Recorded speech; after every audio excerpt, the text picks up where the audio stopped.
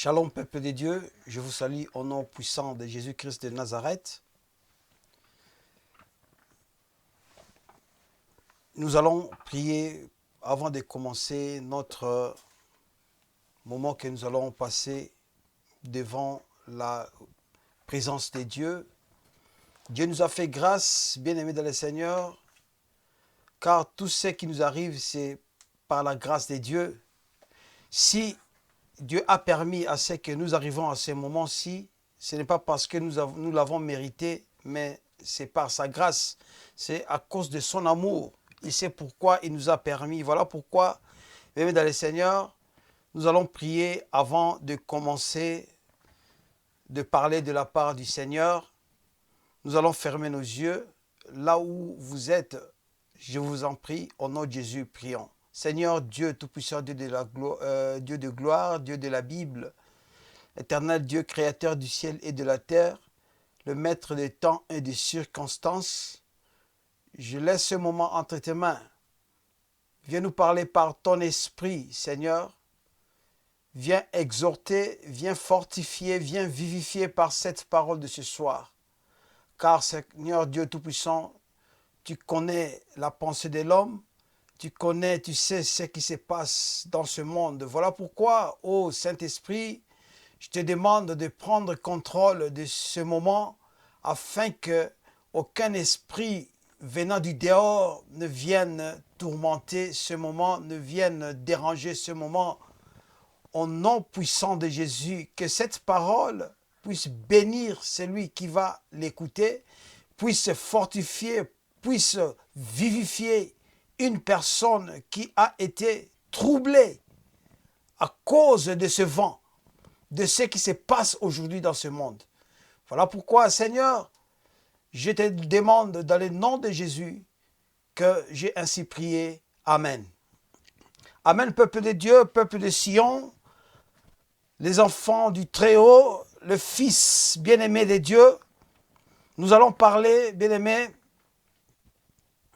dans Exode chapitre 14, lorsque Israël était sorti de l'Égypte.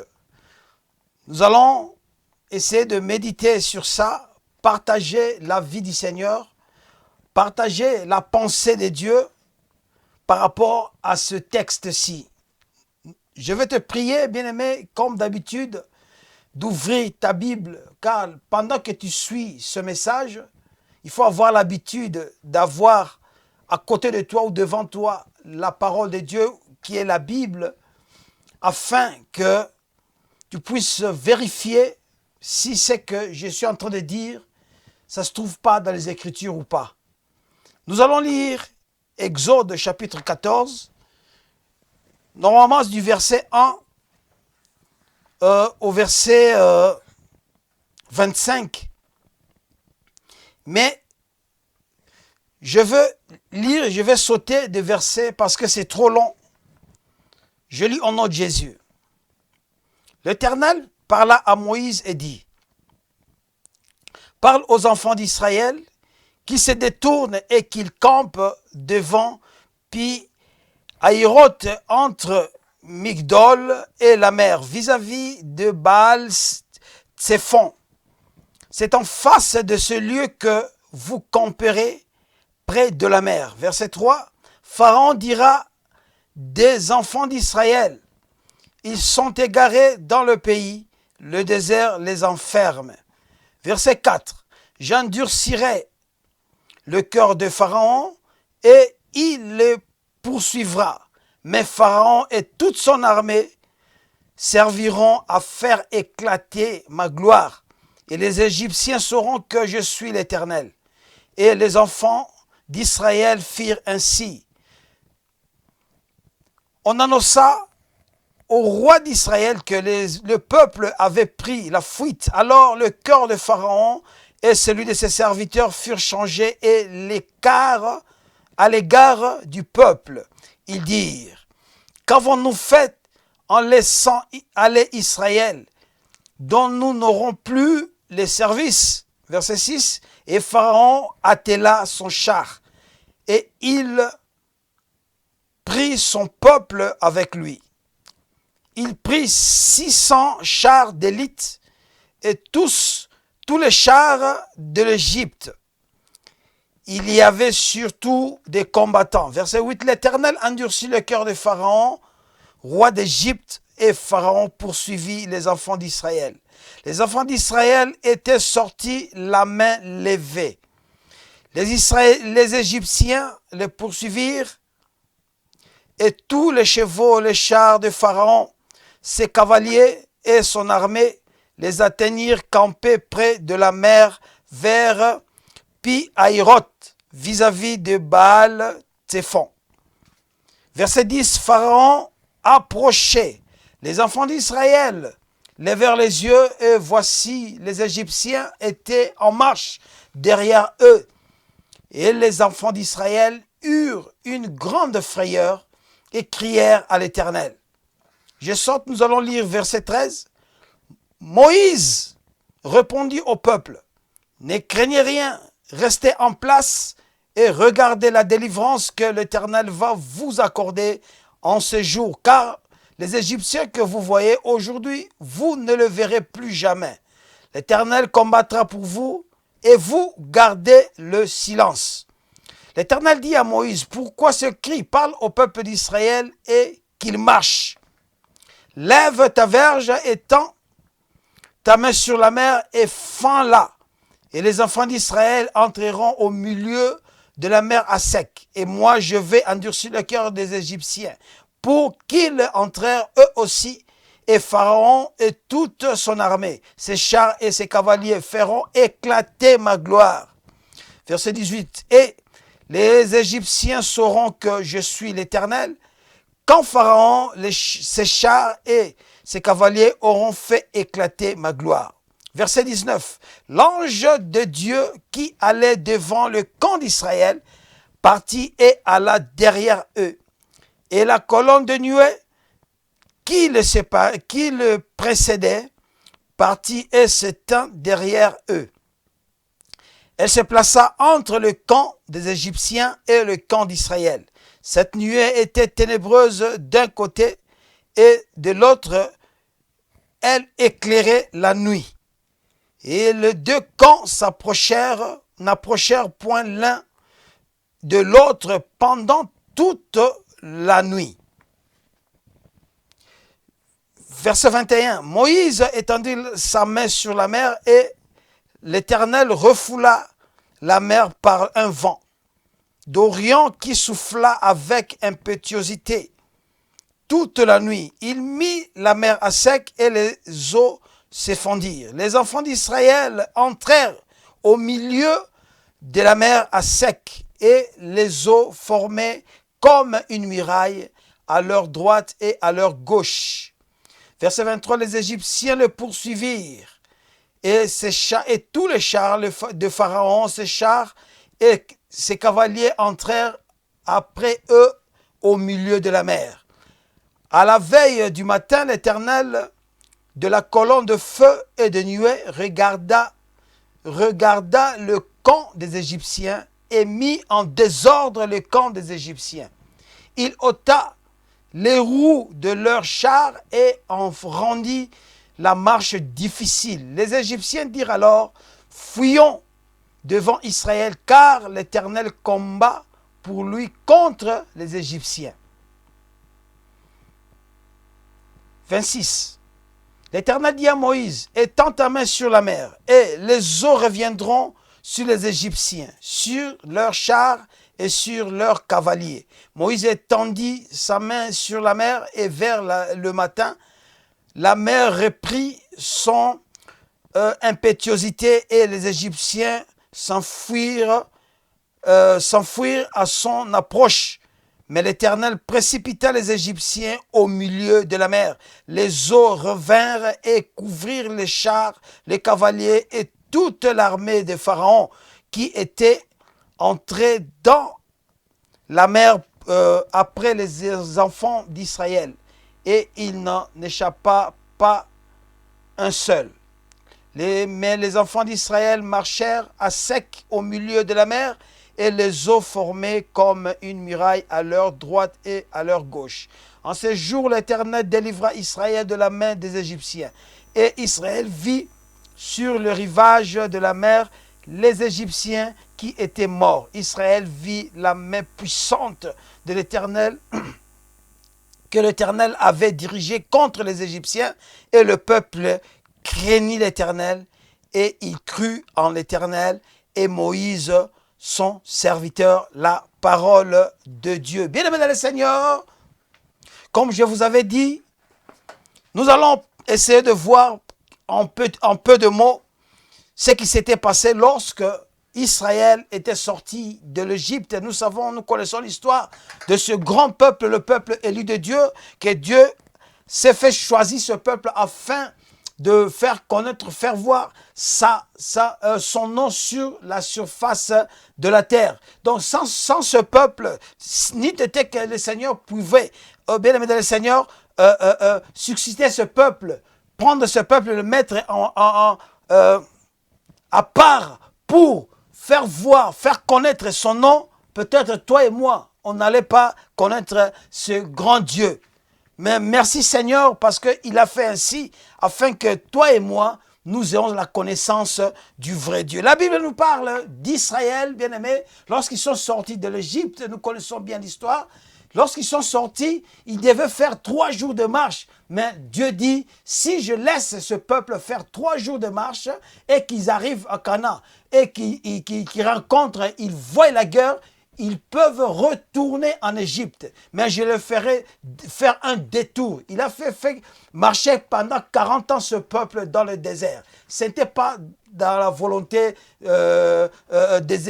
des Israéliens, mais c'était par la volonté de Dieu lui-même. Voilà pourquoi, bien aimés, tout ce qui se passe dans nos vies, c'est dans la volonté du Seigneur. La Bible dit, pendant qu'ils marchaient, ils allaient pour faire 40 le détour. Et arrivant à un certain moment, ils se trouvent devant un grand obstacle qui est la mer Rouge, la mer Méditerranée, bien aimé, que nous connaissons, qu'ils devaient maintenant chercher comment à traverser. Et pendant qu'ils étaient arrivés là, Dieu a dit à Moïse, je vais faire éclater ma gloire au travers de ce peuple d'Israël. Je vais endurcir le cœur du Pharaon et il va poursuivre ce peuple. La Bible nous dit, lorsqu'ils sont arrivés devant la mer, bien aimé, ils ont regardé derrière eux, ils ont vu l'armée de Pharaon qui les poursuivait, qui avançait, qui était à peu près arrivé là où ils étaient. Mais la Bible dit que le peuple Israël crièrent à l'Éternel. Lorsqu'ils ont vu ce dégât, lorsqu'ils ont vu ce danger, cet grand obstacle, cette armée de l'Égypte, ils crièrent à l'Éternel. Et lorsqu'ils ont crié à l'Éternel, Moïse leur a dit au verset 13, Moïse répondit au peuple, ne craignez rien, restez en place, ne craignez rien, restez en place et regardez la délivrance que l'Éternel va vous accorder en ce jour. Car les Égyptiens que vous voyez, vous ne les verrez plus jamais. Vous ne les verrez plus jamais. Au 14, il dit, car l'Éternel combattra pour vous.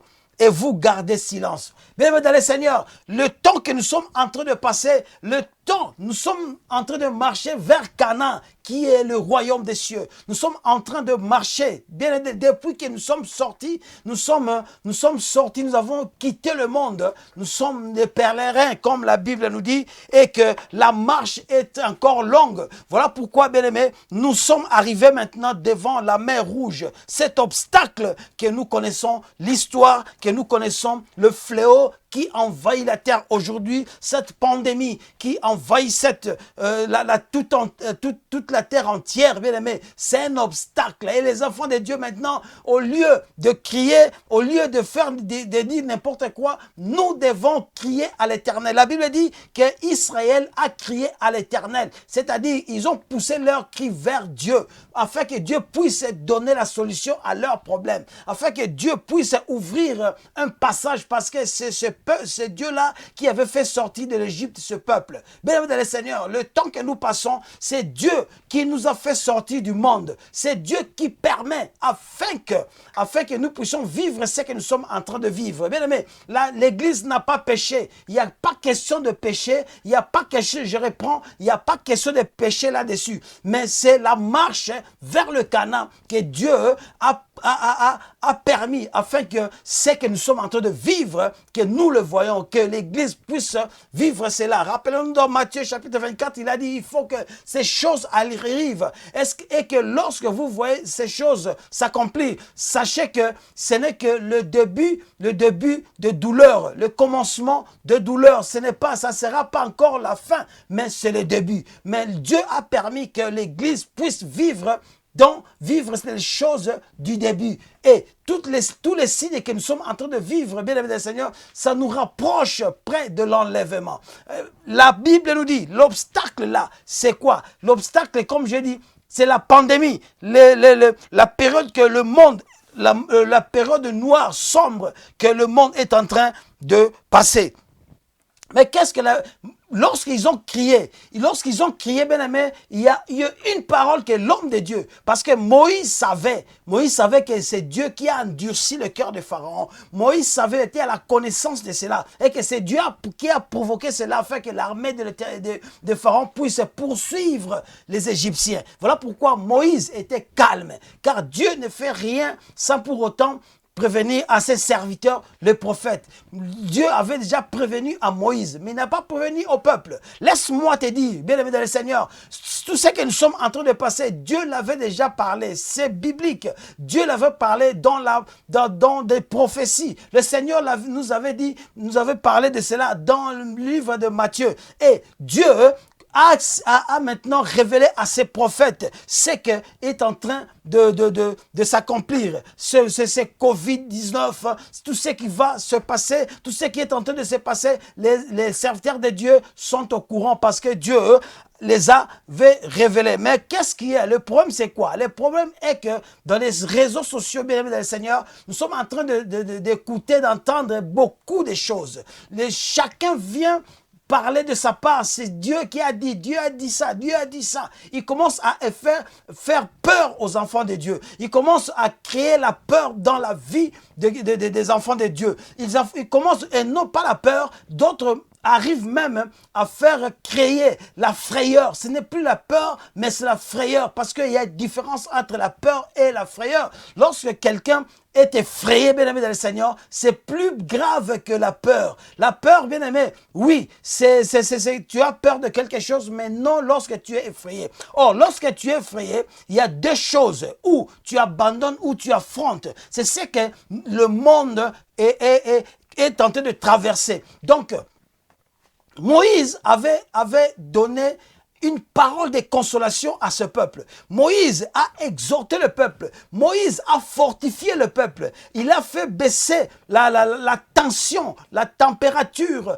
qui était montée dans les esprits de ce peuple d'Israël. Parce qu'Israël commençait à crier. Oh, le cri qu'il poussait vers l'Éternel, c'était le cri de secours, le cri de douleur. Donc, ils voyaient déjà la mort devant eux. Aujourd'hui, nous voyons, beaucoup voient la mort parce que cette maladie tue, bien aimé le Seigneur. Cette maladie tue, et tout ce que nous sommes en train de voir, tout ce qu'on est en train de dire, qu'il y a la difficulté, il y aura la persécution, l'esclavagisme ici va commencer en Europe, aux États-Unis, partout, bien aimé le Seigneur. Ça va s'accomplir, ça va arriver même en Afrique. Tout ce qu'ils sont en train de dire, ça va aussi arriver en Afrique.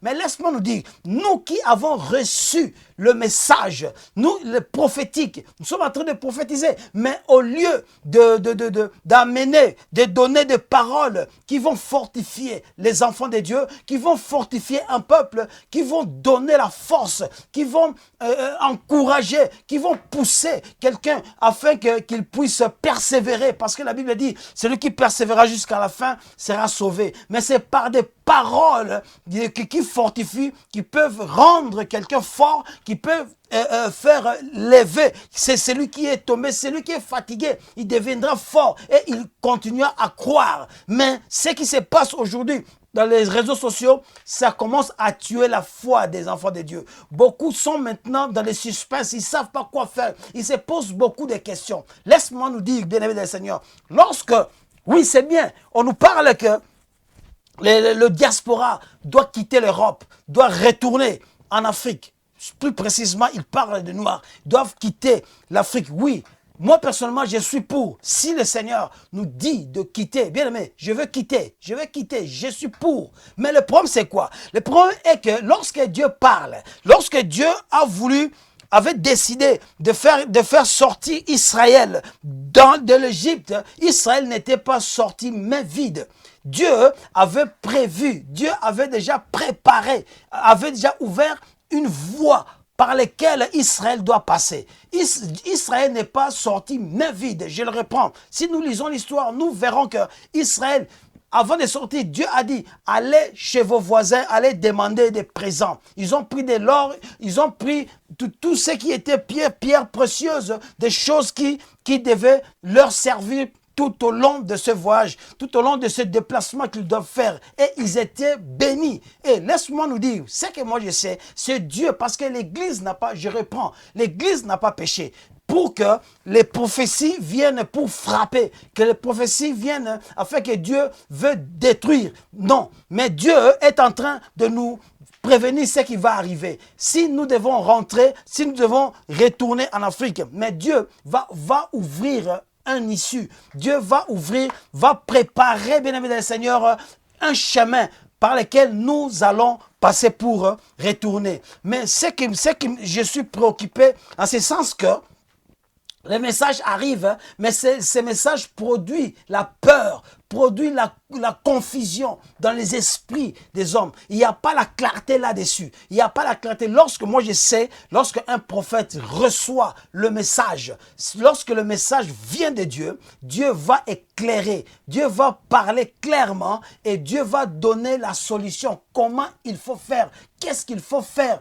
Quand est-ce qu'il faut faire? Et tu verras que Dieu va maintenant pousser les enfants, pousser son peuple à sortir. Chacun va maintenant avoir la possibilité de sortir. Parce que tout le monde n'a pas l'argent, tout le monde n'est pas né en Afrique, tout le monde ne connaît pas beaucoup ne connaissent pas l'Afrique, beaucoup ne sont pas nés en Afrique, beaucoup n'ont pas de famille en Afrique. Si réellement nous devons rentrer, c'est bien, moi je suis pour. Mais ceux qui n'ont pas de famille, ceux qui n'ont pas où ils vont atterrir, leur atterrissage, ça sera où? Une autre question je me suis posée. Est-ce que ce problème de l'esclavagisme qui va se dérouler, qui va commencer à prendre des racines ici en Europe ou aux États-Unis, est-ce que c'est juste pour les Africains? Parce que nous avons des frères français, nous avons des frères chinois, nous avons des frères américains, nous avons des frères belges, nous avons des frères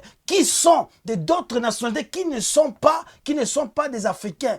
Quelle sera leur fin? Est-ce que le Dieu tout-puissant, créateur du ciel et de la terre, est-ce que Jésus-Christ est mort juste pour les Africains? C'est ça ma question. Et si nous rentrons, nous, parce qu'il y aura l'esclavagisme ici en Europe, aux États-Unis, mais quelle sera la finalité de nos frères européens? Quelle sera la finalité de nos frères américains? Quelle sera la finalité? Bien aimé, ce que moi je sais, je peux nous dire. La réponse est que les chrétiens, nous devons crier à l'Éternel. La solution est qu'au lieu d'avoir peur, au lieu d'être effrayés, nous devons prier Dieu. C'est Dieu qui a la solution. C'est Dieu qui connaît, c'est Dieu qui sait ouvrir une voie par laquelle nous allons passer. Bien aimé, la Bible nous dit, je continue, la Bible dit, lorsque Moïse a dit cela, que l'Éternel combattra pour vous, mais vous gardez silence. Bien aimé, tout ce que nous sommes en train de passer, nous devons garder silence. C'est-à-dire quoi? Que nous ne soyons pas dans la peur, que nous soyons pas effrayés, que nous soyons pas attristés, que nous soyons pas bougés, mais nous soyons calmes spirituellement, que nous gardons silence spirituellement, c'est-à-dire nous devons prier et laisser ce grand combat, laisser ce moment-ci entre les mains du Seigneur. Je vais lire un verset parce que le Seigneur a dit dans dans Jean 10, verset 29. Jean 10, verset 29. Je vais lire Jean 10, verset 29. La Bible dit, « Mon Père qui me les a donnés est plus grand que tous, et personne ne peut les ravir de la main de mon Père. » Personne ne peut nous ravir de la main du Père. C'est-à-dire, tout ce que nous qui sommes les enfants de Dieu, tout celui qui est enfant de Dieu, fils de Dieu, il sera protégé par Dieu. Mais nous gardons silence. Prions. Dieu a dit dans Josué chapitre 1 du verset 5, il a dit à Josué, n'étais-je pas dit, garde silence, ne t'effraie point, prends courage, ne t'effraie point, mais garde silence. Josué chapitre, dans Josué, je vais lire vite fait, Josué chapitre 1 du verset 5, Josué chapitre 1 du verset 5. Josué chapitre 1. Nul ne tiendra devant toi. Écoutez, nul ne tiendra devant toi tant que tu vivras. Je serai avec toi, comme j'ai été avec Moïse.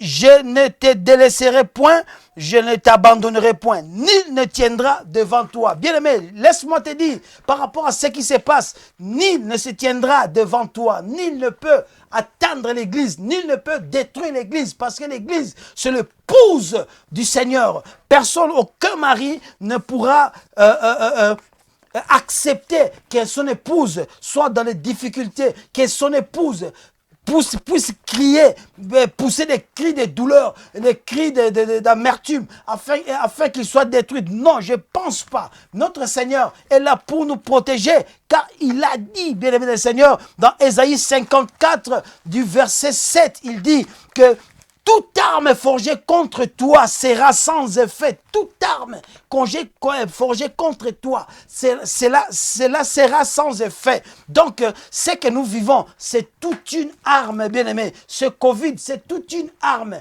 Le vaccin, c'est toute une arme. Mais il a dit, toute arme forgée contre toi sera sans effet. Bien-aimé, ce vaccin sera sans effet dans nos vies. Sera sans effet. Dieu ne pourra pas accepter que ses enfants puissent tomber dans le trou.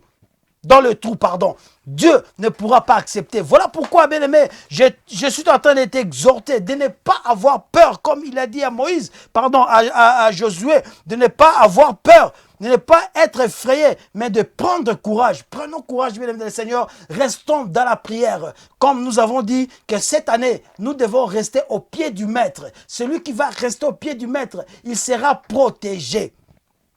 Dieu va nous protéger, bien-aimé du Seigneur. Moïse continue. Et lorsque Moïse a dit cela, au verset 19, la Bible dit, l'ange de Dieu qui allait devant le camp d'Israël partit et alla derrière eux. Et la colonne de nuée qui les précédait partit et s'éteint derrière eux. Verset 20, elle se plaça entre le camp des Égyptiens et le camp d'Israël. Cette nuée était ténébreuse d'un côté et de l'autre, elle éclairait la nuit. Et les deux camps n'approchèrent point l'un de l'autre pendant toute la nuit. Waouh! Mais notre Dieu est capable d'arrêter la marche de ce que le ténèbre est en train de faire. Parce que son peuple est sur la terre. Si nous poussons les cris, en tant qu'Église, en tant qu'épouse, si nous avons un même esprit, bien-aimé, nous crions à l'Éternel. L'Éternel est capable, bien-aimé le Seigneur, d'arrêter cette marche, d'empêcher cette marche, que cette armée ne puisse pas nous atteindre.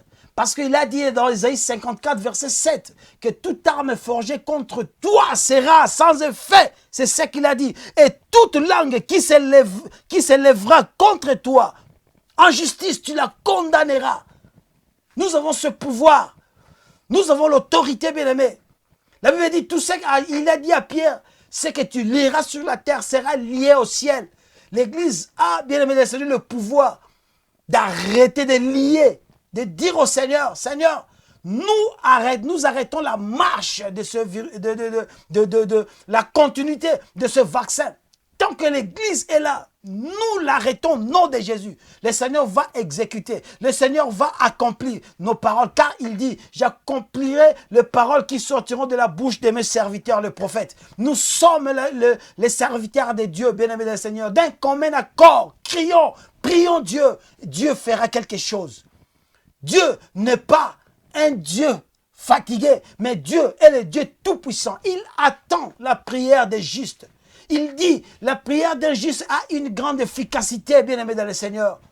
Pourquoi au lieu d'avoir peur, pourquoi au lieu d'être effrayé, pourquoi au lieu d'être tourmenté, soyons calmes, restons silencieux, regardons la délivrance que le Seigneur va nous accorder. Il dit que les Égyptiens que vous voyez, vous ne les verrez plus jamais. Bien-aimé dans le Seigneur, Dieu est pour nous. Dieu est pour nous, bien-aimés dans le Seigneur. Laissons d'effrayer par des paroles vaines. Laissons d'effrayer, de créer la peur dans les esprits des hommes, dans les esprits des enfants de Dieu. Mais donnons une parole qui va fortifier, une parole qui va exhorter, qui va donner la vie, qui va donner l'espoir. Parce que l'Église n'a pas péché. Là, ce n'est pas question de péché. Mais c'est question de la guerre. Nous sommes en guerre. Le monde est en guerre.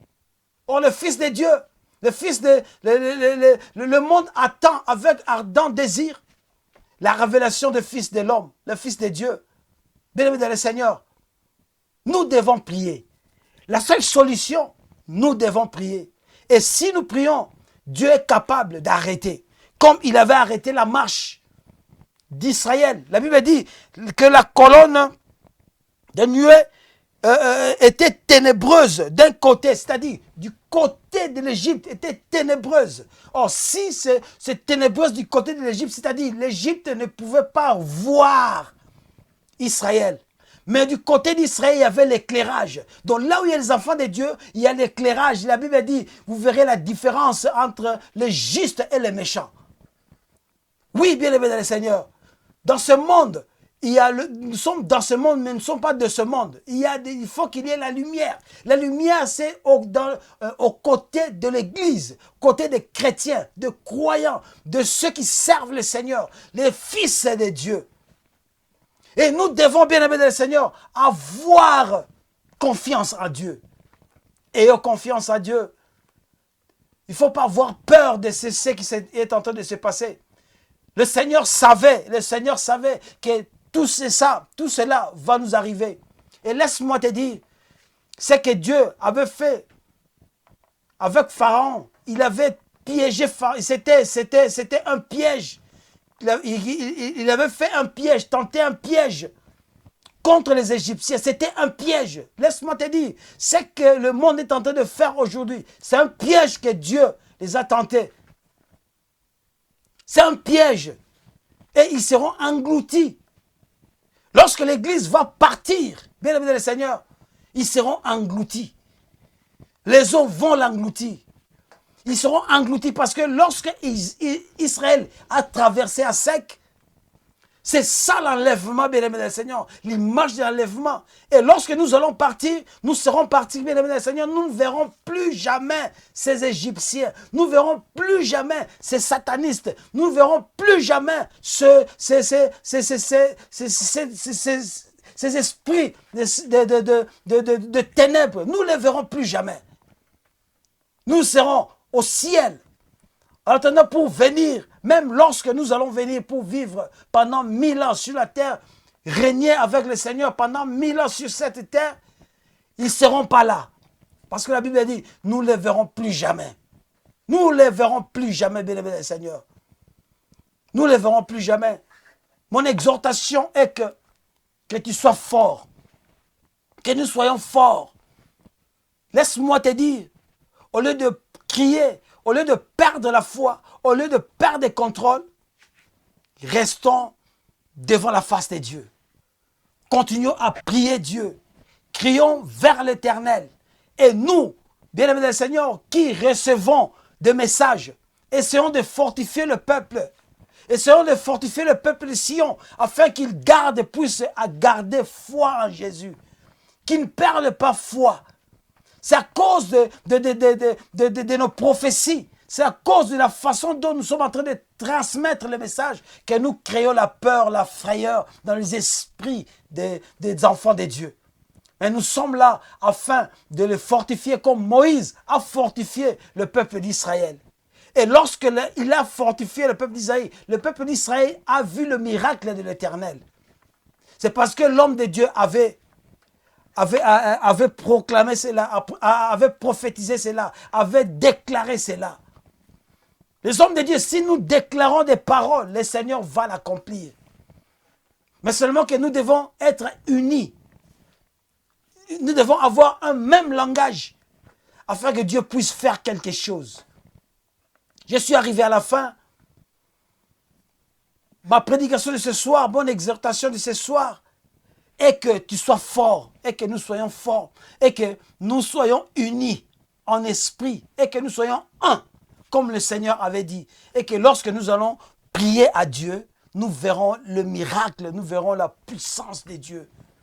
Et Dieu va nous préserver. Je vais te demander, bien-aimé, d'aller lire Psaume chapitre 91. Si tu lis, tu verras qu'il y a des promesses de Dieu. Il y a des promesses de Dieu. Mais laisse-moi te dire, au verset 14, je vais lire vite fait Psaume 91 du verset 14.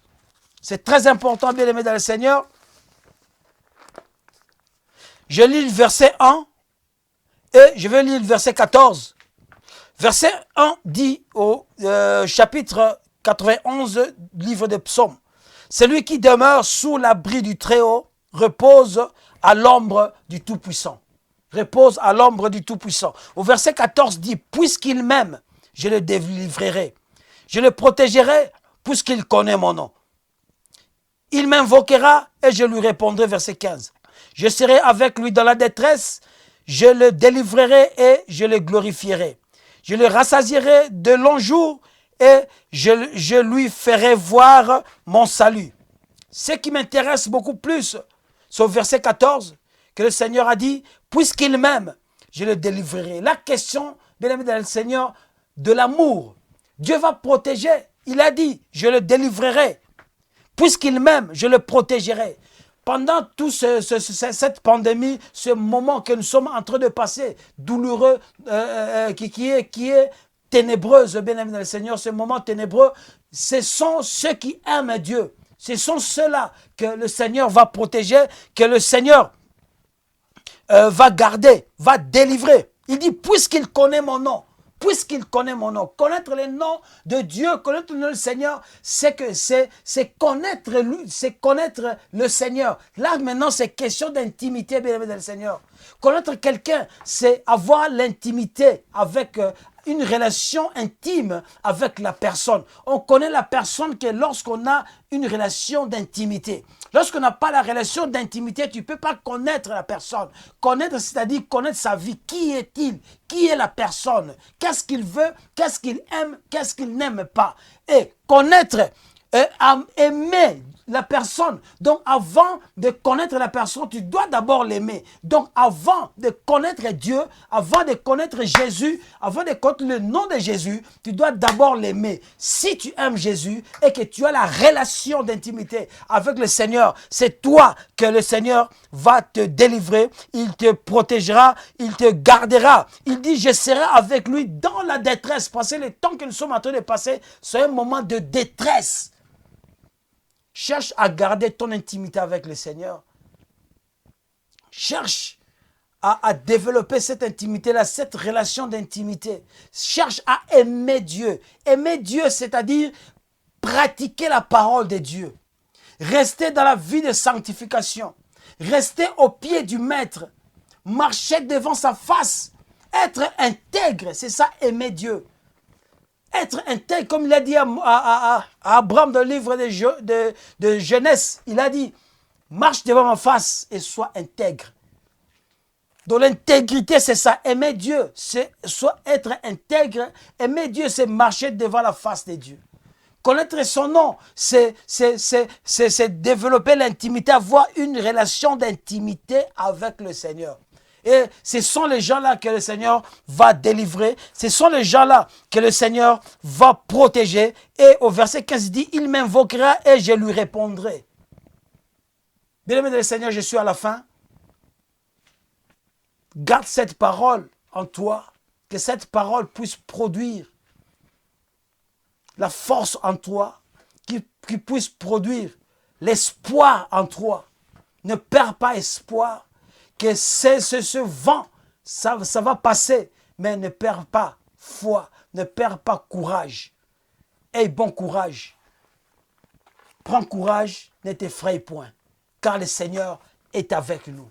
Il a dit, je ne vous délaisserai point, je ne vous abandonnerai point, je serai avec vous. Dans Jean, bien-aimé dans le Seigneur, chapitre 16 du verset 33, il a dit, j'ai vaincu le monde. Comme le Seigneur a vaincu le monde, nous aussi, nous allons vaincre ce vaccin. Nous avons la possibilité de vaincre ce monde. Il a dit au Matthieu 28, verset 20, je serai avec vous jusqu'à la fin du monde. La fin du monde qu'il parle, c'est jusqu'au jour de l'enlèvement. Parce qu'après l'enlèvement, mesdames et messieurs, Seigneur, nous ne serons plus dans ce monde. Nous vivrons plus ce que nous sommes en train de vivre. Il dit, je serai avec vous jusqu'à la fin de ce monde. Aie courage. Prends courage, mon frère. Que le Seigneur te bénisse. Que le Seigneur nous protège. Qu'il nous garde. Au nom puissant de Jésus, je vais prier. Seigneur Dieu de gloire, Dieu des armées. Voici ton peuple, ô Dieu, qui est en train de crier vers toi. Seigneur, notre prière est que tu puisses ouvrir, Seigneur Dieu, un issue. Tu puisses ouvrir, ô Dieu Père, préparer, Seigneur, un chemin, comme tu as préparé, Seigneur Dieu, le chemin que l'Israël devait passer pour traverser ce grand obstacle. C'est que nous sommes maintenant devant la mer rouge qui est l'obstacle, cet obstacle, papa, ces vaccins, cette pandémie, c'est un obstacle, mais toi seul, tu connais l'issue. Toi seul, tu connais la voie par laquelle tu vas nous faire passer. Nous avons confiance en toi, Seigneur. Fortifie mon frère. Donne la force qu'il ait encore la vie, l'espoir, qu'il espère encore en toi. Car la Bible dit, si l'Éternel ne garde pas une ville, celui qui veille en vain. Nous n'avons pas la force, la possibilité de garder, de veiller.